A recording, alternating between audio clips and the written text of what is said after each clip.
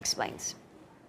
Our enhancements include $41.5 million to enhance the FBI's cyber efforts and $22 million to address this going dark problem, which I think is our most significant law enforcement challenge. Going dark refers to law enforcement's increasing inability to lawfully access, collect, and intercept real-time communications and stored data.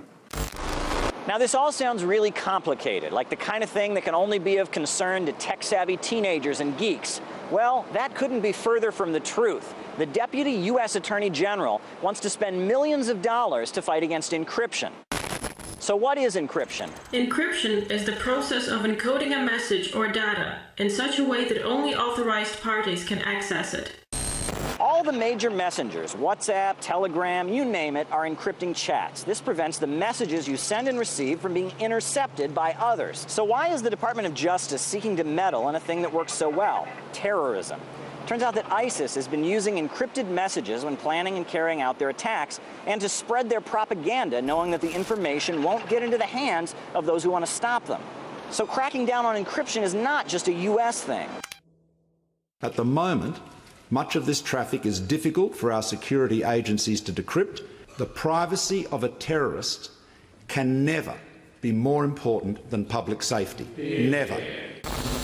Later this month, five-star officials from the U.S., the UK, Australia, New Zealand, and Canada will be gathering to share their perspective on why tech firms should be obligated to share their data with policing agencies. The Prime Minister of the United Kingdom included this as a plank in her election manifesto and also insisted that the government have a role in controlling the internet. France and Germany also voiced agreement with the idea. In many cases, we're dealing with end-to-end encryption, which means that we need to enter at the end or the beginning of a conversation, rather than intercept in between. That is obviously much more complicated, but needs to be made possible.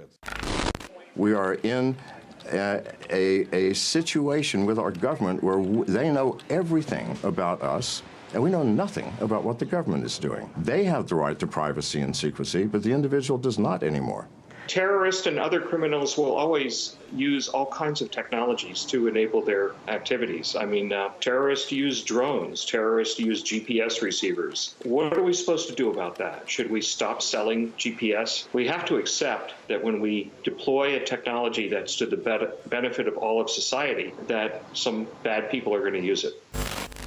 It looks like all of us will be obligated to give up some of our own private space, no matter how much we feel that our personal business should be kept strictly personal. But what remains to be seen is how effective this will be in the fight against terror.